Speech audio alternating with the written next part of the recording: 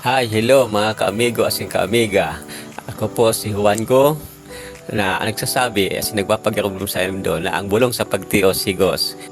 Bago po kita magpuon, shoutout ko po sa kuyang pamangkin na si JC Palaypayon. Kumusta ka na dyan, hoy?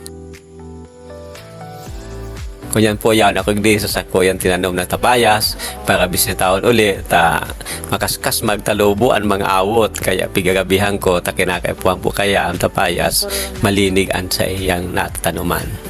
Ang yan po sa tapayas ko medyo nagka-recover na sa stress kakang nakagi po kaya na simana, pigabunuhan ko siya sa kapig-spray ko, ngunyan medyo naguli-uli na sa iyang mga dahon.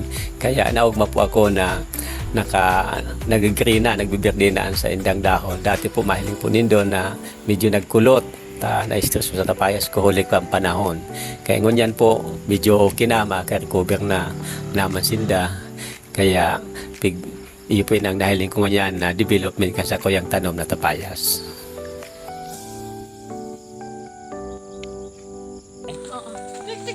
Ngayon po yawan naman ako sa sakuyan, higod, bakurang ko, naligawan ko pala na bahog sa sakuyan mga manok, kaya ngayon po bahog ko, ang sakuyan, yun, mga manok.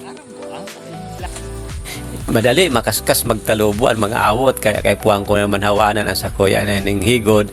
Ang tanong ko pala igdi sa sakuyan, mga higod, mga amigo, inin batag, may pinya, asin may iba man na putas, huli kan kaskas na pagtalubo kang awot kaya dapat hawanan ko naman ngunyan kaipuhan po na bakon maduot ang sa imong pigatanuman lalo na po ining pinya kaipuhan po malinig ini ngani po na ang sa indang pagtalubo kaskas man ini pong mga awot na ini mas makaskas na magtalubo ay ini pong duot na ining garong ini dusol-dusol iyo po ini sa masakit patin halion sa daga kapag ini nakadukot mainit man mauran nabubuhay po ini. Ako po si Juan Go na nagsasabi sa indo as nagpapagarumdom na ang bulong sa pagtios sigos. Kung kamo po igwanin mga komento pakidalag lang po sa ibaba at susimbahan ko na lang yan sa sunod na video ko.